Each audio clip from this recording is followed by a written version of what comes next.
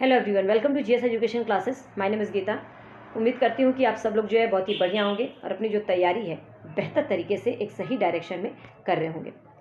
आज हम डिस्कस करने वाले हैं CDP, child development and pedagogy, अर्थात बाल विकास एवं शिक्षा शास्त्र का टॉपिक नंबर 11, हार्वर्ड गार्डनर का बहुबुद्धि का सिद्धांत, मल्टीपल इंटेलिजेंस थ्योरी। ठीक है, तो सी टेट का ये मोस्ट इंपॉर्टेंट टॉपिक है, सीडीपी का मोस्ट इंपॉर्टेंट टॉपिक है। तो जो लोग भी पेपर 1 या पेपर 2 की तैयारी कर रहे हैं उन दोनों के लिए जो है ये क्लास बहुत ही इंपॉर्टेंट होने वाली है। देखिए, अगर आप सीडीपी में 30 आउट ऑफ 30 लेकर आना चाहते हैं तो मैं आप लोगों को बार बार कहती हूँ कि आप जो कुछ भी पढ़ रहे हैं, कहीं से भी पढ़ रहे हैं, आपको रटना नहीं है, समझना है। ठीक है, रटना नहीं है, आपको समझ कर पढ़ना है, क्योंकि जो सी टेट का अब लेवल है वो जो है बढ़ चुका है। इसका लेवल जो है क्या है, बढ़ चुका है। और आप अगर रटेंगे ना तो क्वेश्चन थोड़ा सा भी घुमा के जब पूछा जाता है तो आप वहाँ पे जो है उसके गलत ऑप्शन टिक कर देते हैं, गलत ऑप्शन को सेलेक्ट कर लेते हैं। इसीलिए मैं बोलती हूँ कि चीज़ों को समझ कर पढ़िए। तो उसके लिए ज़रूरी है कि जो कुछ भी आप पढ़ रहे हैं थोड़ा सा अपना माइंड को जो है शांत करके पढ़िए, टेंशन में आपको नहीं पढ़ना है। देखिए, अगर आपको 30 आउट ऑफ 30 लेकर आना है तो मैंने आप लोगों को कहा था कि सीडीपी के जो मोस्ट इंपॉर्टेंट टॉपिक है, जो 15 नंबर का बाल विकास आता है ना, जो मोस्ट इंपॉर्टेंट टॉपिक है जो कि मैंने आप लोगों को बताया था, मैंने वो टॉपिक में मैं 11 नंबर टॉपिक करवा रही हूँ। इनको आपको नहीं छोड़ना है, क्योंकि ये ऐसे टॉपिक है जिससे क्वेश्चंस आते ही आते हैं।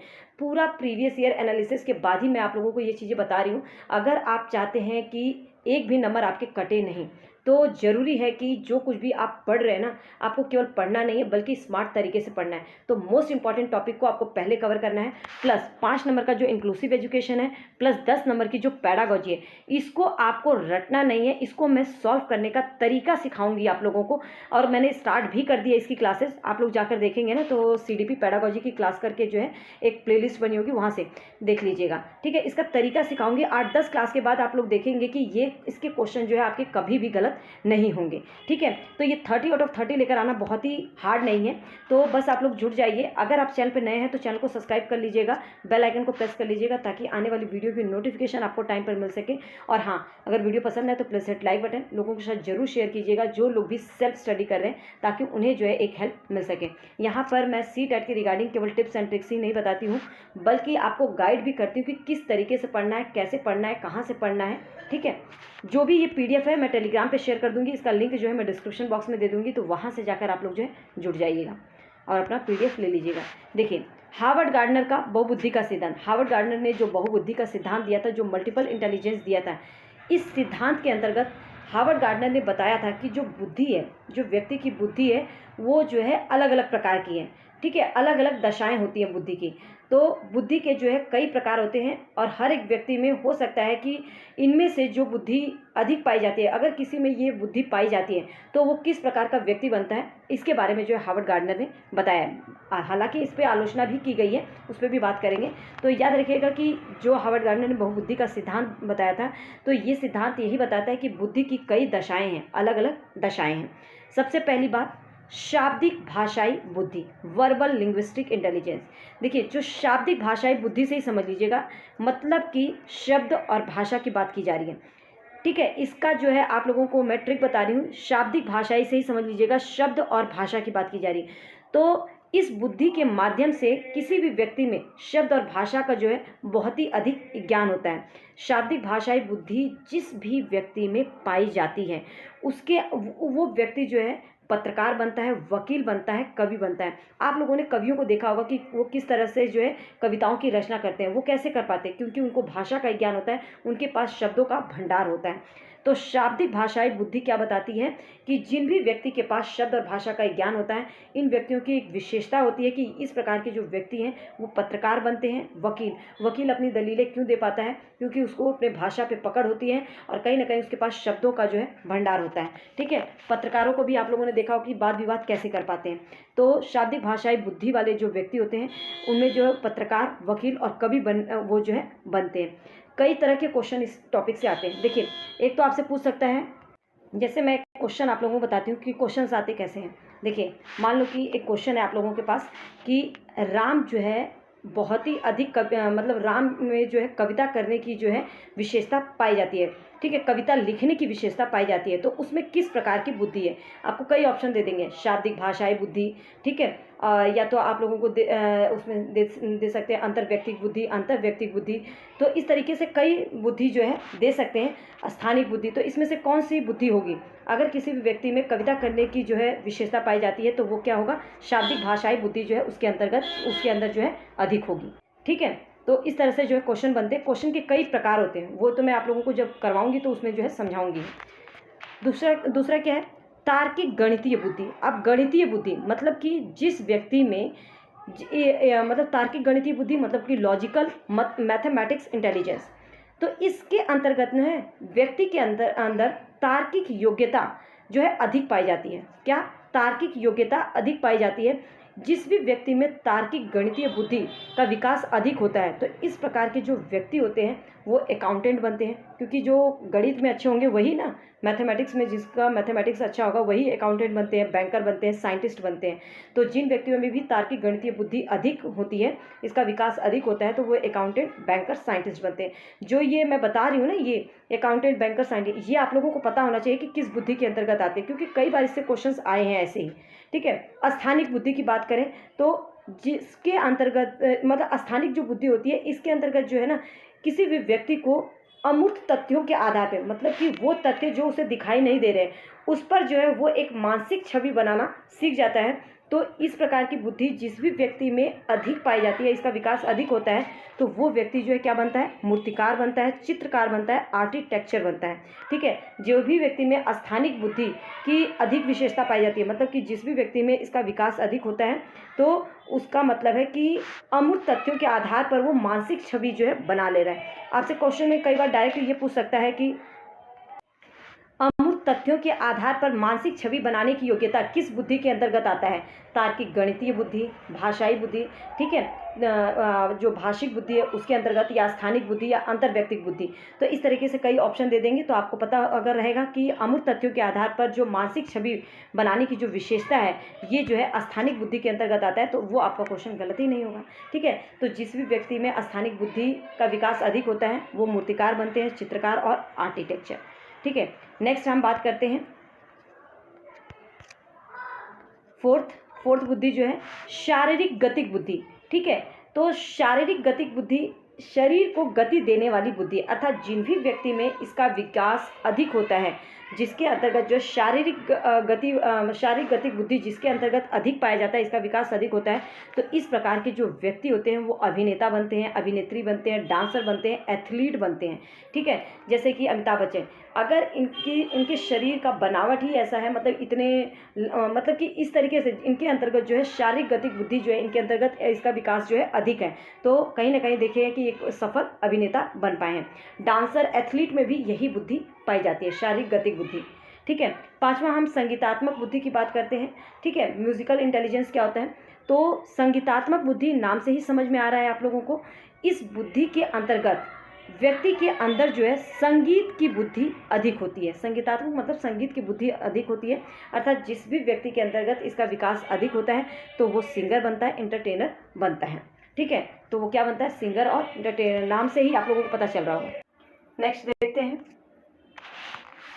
अंतर्व्यक्तिक बुद्धि, ठीक है।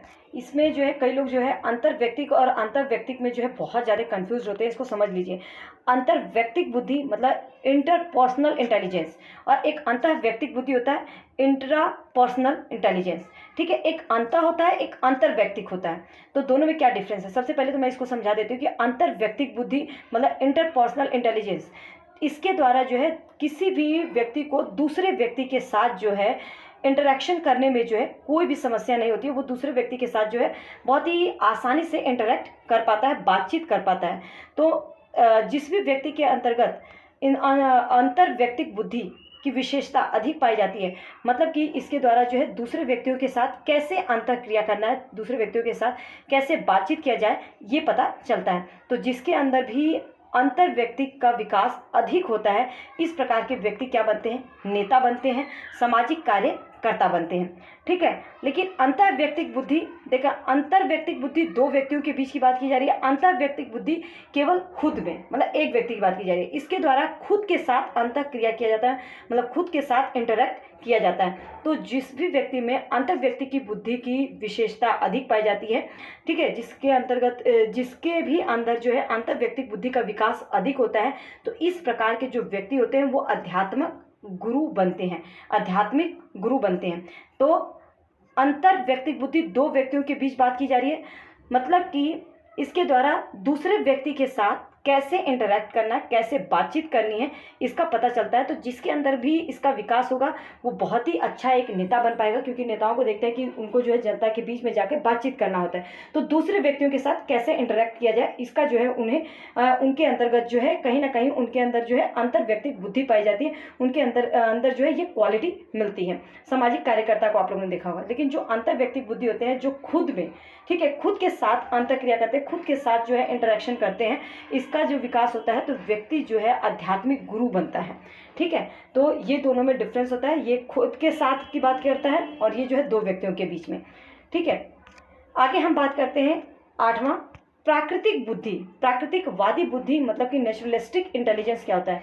तो इस बुद्धि के अंतर्गत व्यक्ति जो है प्रकृति के नज़दीक होता है। प्रकृतिवादी बुद्धि जो है ना, इसके अंतर्गत जो व्यक्ति है वो प्रकृति के नज़दीक होता है। जिन भी व्यक्ति में प्राकृतिक बुद्धि पाई जाती है तो इस प्रकार के जो व्यक्ति होते हैं वो क्या बनते हैं, किसान बनते हैं, ठीक है, क्योंकि ये प्रकृति से जुड़े होते हैं।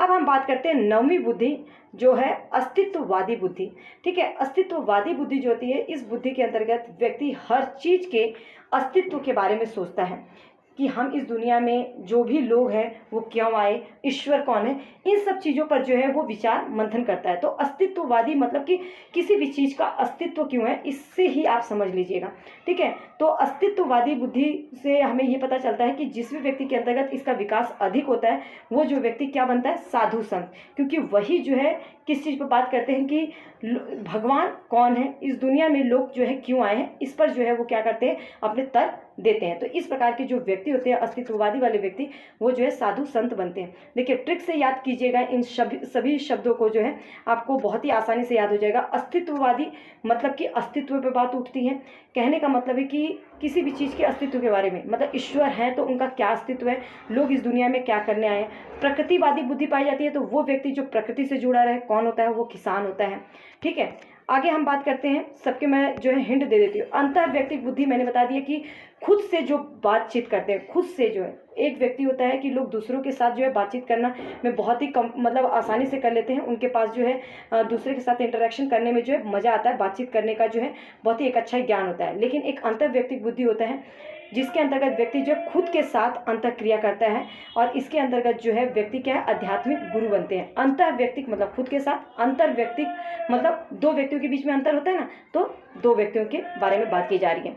आगे, हाँ आगे देखिए शारीरिक गतिक, शारीरिक से मतलब जो शारीरिक गतिक में जिनकी शारीरिक गति वाली बात की जाती है, शारीरिक गतिक बुद्धि में जिसका भी विकास इस बुद्धि में अधिक होगा, मतलब शारीरिक गति, शरीर को गति देने वाली बुद्धि, अर्थात जिन व्यक्तियों में भी इसका विकास अधिक होगा, शारीरिक गतिक बुद्धि का विकास अधिक होगा, तो ये जो है क्या बनते हैं, अभिनेता, अभिनेत्री, डांसर, एथलीट।